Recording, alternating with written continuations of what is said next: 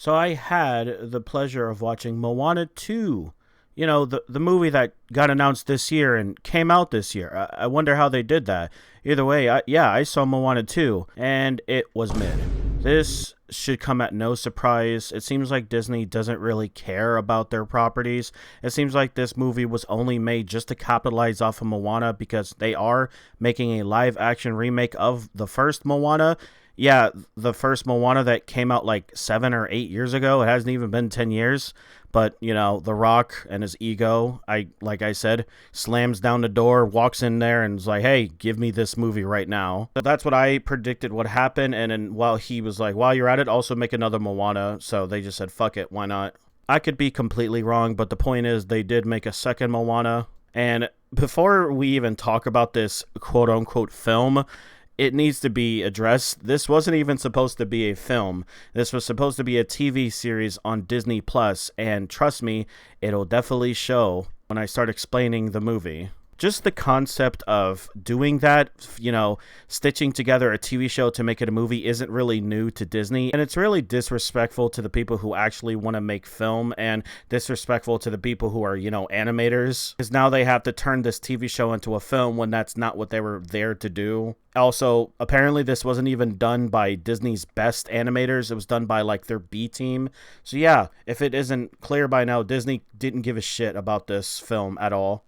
But why should it matter, James? It's just a kid's movie. You know, I get those comments all the time on social media, and I see them all the time everywhere. It's a kid's movie, guys. Who gives a shit? All the kids are going to like it. They're going to laugh. They're going to scream. They're going to point, and they're going to be like, hey, look, it's this. They're going to reference things. They're going to meme, which, by the way, people were doing that. When I saw it, there was like a bunch of kids memeing around and like saying like these like brain rot like terms throughout the film. That really doesn't matter. The point is, this film was made for kids, so who cares, James? Well, if that's the case, then why can't this same argument be applied to every other type of film?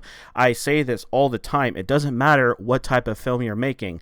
I am an adult. I'm reviewing it as an adult, and if you can't accept that, then please do not watch my review or care about what I have to say. If you enjoyed the film, that's great. I'm glad you liked it. Just because I didn't doesn't mean you don't have to change your opinion or feel any type of way. It's called an opinion. If the kids liked it, then who cares what I have to say? But like I said, I can use this argument in any other type of film. For example, the Fast and the Furious movies, they're just made for people who like some dumb fun and stupid action.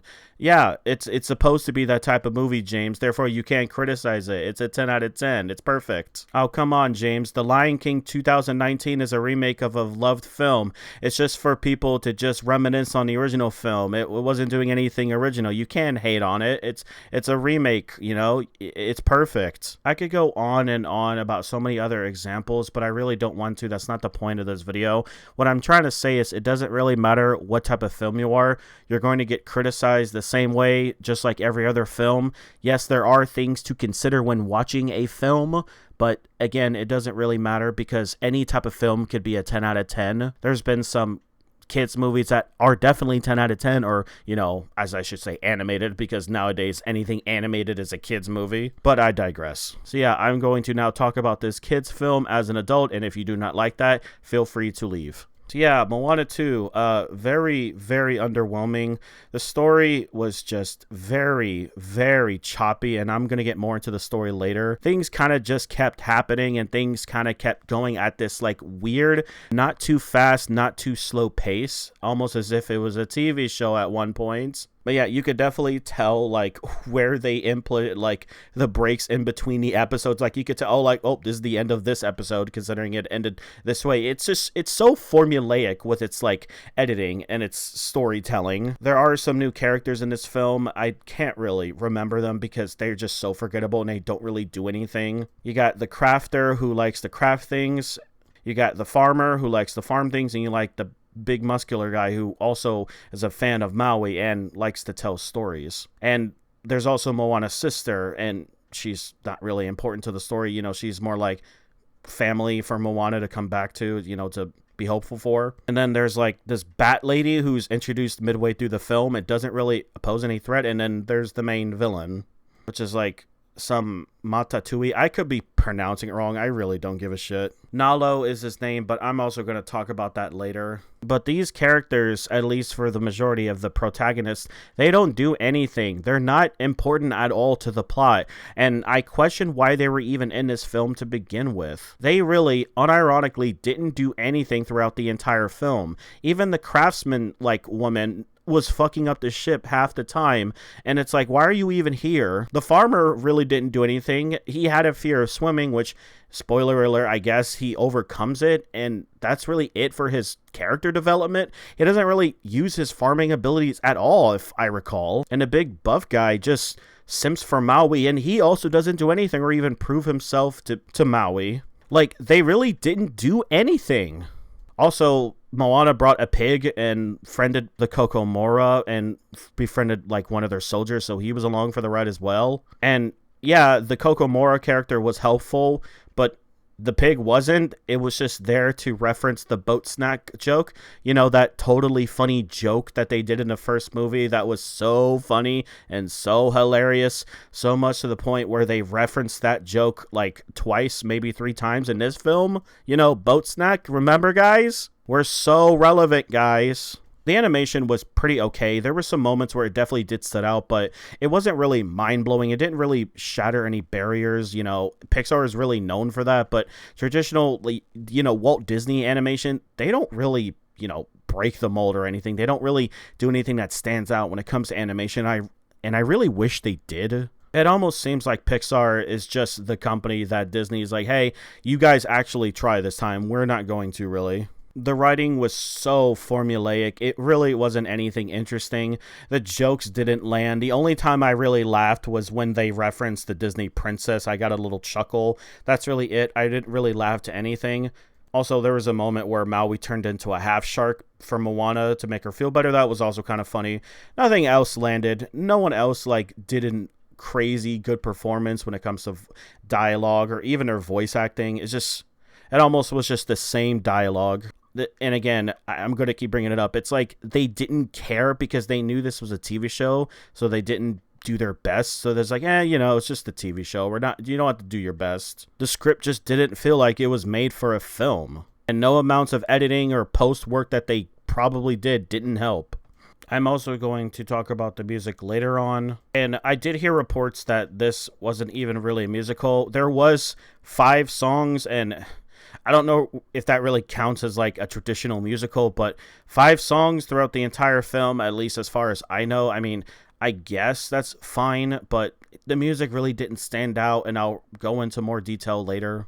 Was a sequel to Moana even needed? Not really. I mean, I did love the first one a lot, more than I was expecting to, and you know, I thought to myself before, like, if they are going to make a Moana 2, they really have to do a good job, because the first one is just really good. And it was like one of Disney's best movies that they had in a really long time, but they clearly didn't give a shit about Moana enough. But yeah, here's to Moana 3. And yeah, there's going to be a Moana 3. I'll explain right now. So the whole plot starts out with Moana searching this island, and she's trying to find other islands for other people.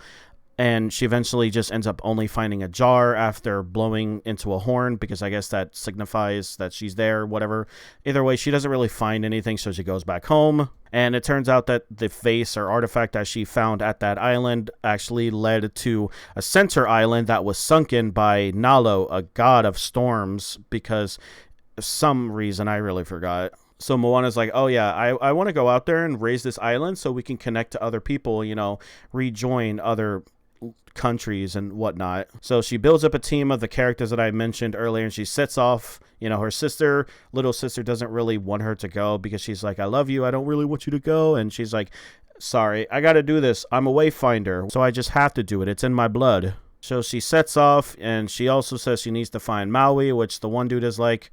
They first run into this like monster that seems like it's in the shape of an island, and then they find out the Kokomora are running away from it. They learned that the Kokomora was also part of an original island that was sunken by Nalo, so they team up through some, you know, specific communication. It doesn't really matter. They have to fight this like giant monster who acts as like a dungeon, and Also inside is Maui because he was captured. I guess he was also looking for Nalo, but he was captured by the Bat Lady, which I'll explain in a minute. So they go in, they have some paralyzing juice from this specific monster creature thing that the Kokomora just has now. I guess that's how they get their tranquilizing darts and everything. And by the way, this creature that they have does the fucking screaming goat meme that was so funny when Thor Love and Thunder did it. So yeah, they just like, hey guys, let's bring that back. That was really funny. So yeah, they go inside this monster, they figure out its weak spot, they paralyze it.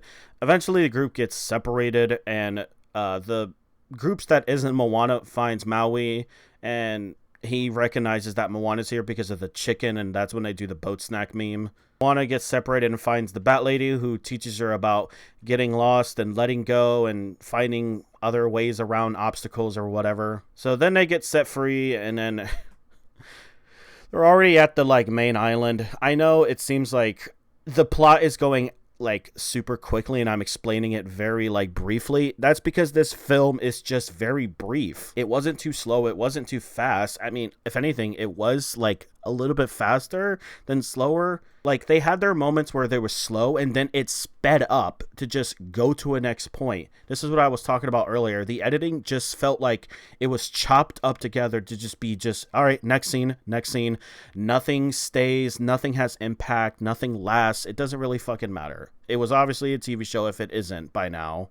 I'm not going to talk about that anymore. I've proven my point. Maui takes this opportunity to tell them, hey, you guys shouldn't have come and helped to defeat Nalo because you're all going to die. And, they crash land on this island, and that's when they find, their ancestors. Earlier in the film, Moana got a vision from his ancestors about going to these mysterious islands. That's why she sets out, because the people of her, her people used to be all wayfinders and travelers, but Nalo separated all of the islands. There's a good chance that I'm missing something important, but it doesn't really matter. So yeah, they're at the final island or area where there's a bunch of storms, a bunch of lightning. They brace up, they prepare for battle.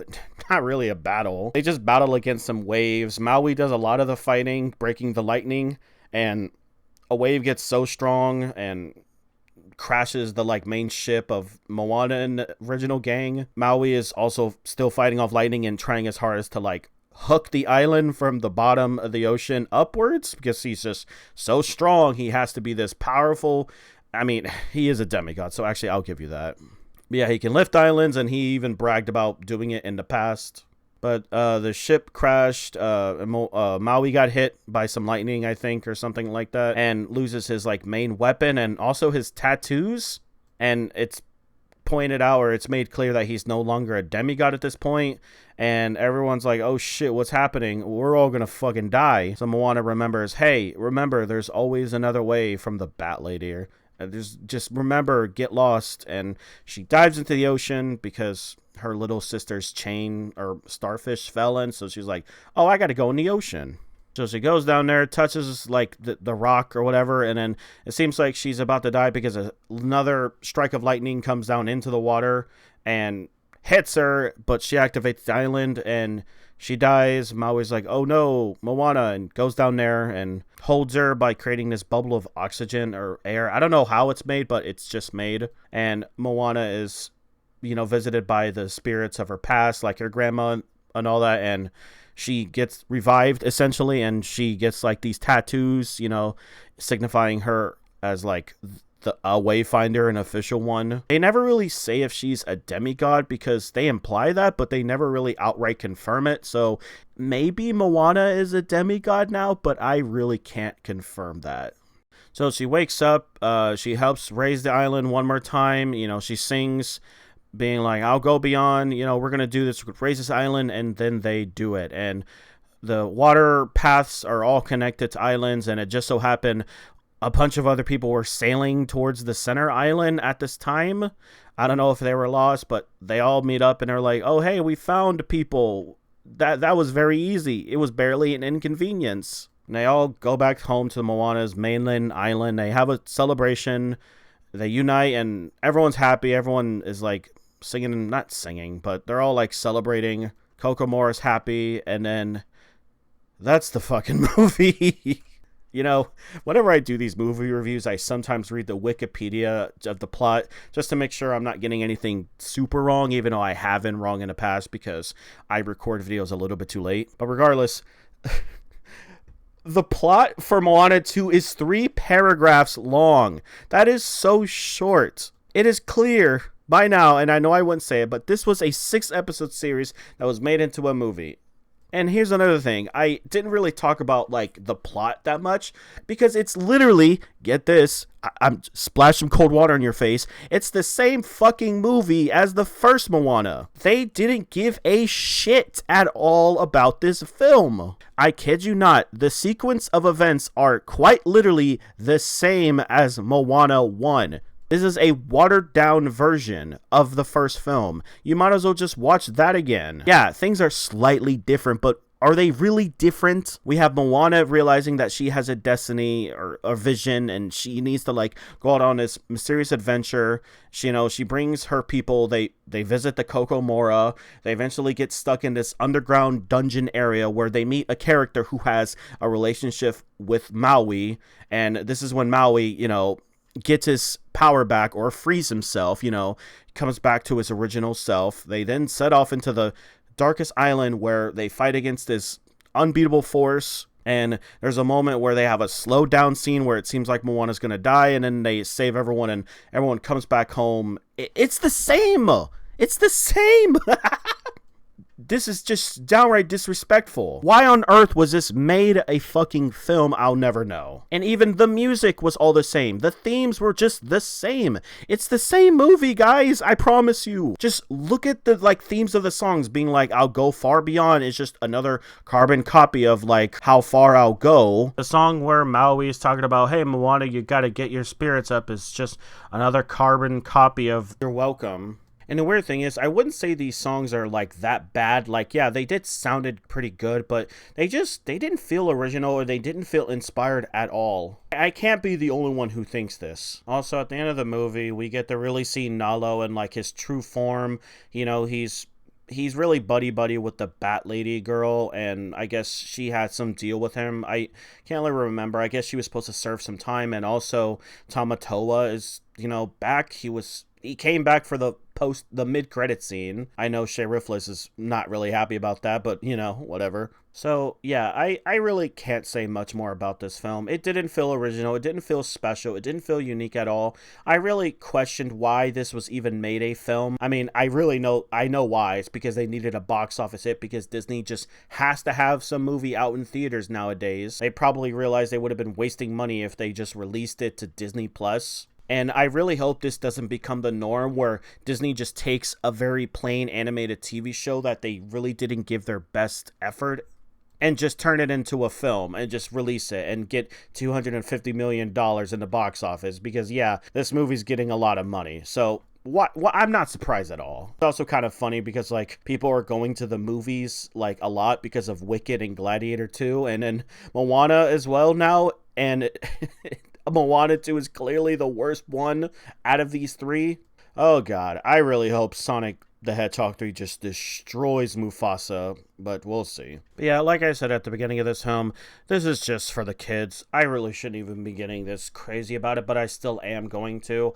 I really don't recommend this film to anyone. If you're a fan of Moana, just wait for this to come to Disney Plus like it was supposed to. Do not waste your time and money going out to see this film. I also mentioned it earlier that there was a lot of loud kids, and they're allowed to do that because they're having fun, but if you actually want to watch Moana and you don't want to deal with the audience, and I don't know, maybe you're in a small town, but if you don't want to deal with it, just wait for it to come to Disney Plus next month because that's obviously where it's going. You really do not have to run out and go get tickets and see this movie right away. It's not that serious. But yeah, I'm giving this a 4 out of 10, just below mid. I just didn't like much of it. My cats were fighting, I'm sorry. Yeah, don't bother seeing this movie.